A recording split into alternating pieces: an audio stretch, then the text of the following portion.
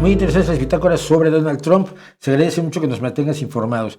Mira, la bitácora Trump que estoy haciendo estos días, no sé cuánto tiempo, ni si la voy a poder seguir haciendo, estoy haciendo desde mi casa y con el teléfono, pero la bitácora Trump tiene un objetivo. El imbécil de Steve Bannon dijo que el truco para mantener quietos a los medios era dejar de no darles tiempo a reaccionar. Como decía él, los medios solo se pueden concentrar en una cosa a la vez, lo cual no es cierto.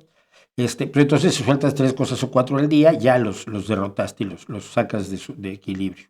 Entonces estoy demostrando que un solo tipo, que no es absolutamente nadie, en un rinconcito de una ciudad pequeñísima, de una potencia de segunda línea, sin duda alguna, que es España, puede seguir cotidianamente las 3 o 4 barbaridades con las que están saliendo el presidente Musk y su lamepatas, el señor Donald Trump. Si no han visto el vídeo, se los recomiendo mucho, el vídeo de Trump lamiéndole las patas a un Elon Musk que tiene además 2 patas izquierdas. No sé por qué, bueno, porque es inteligencia artificial.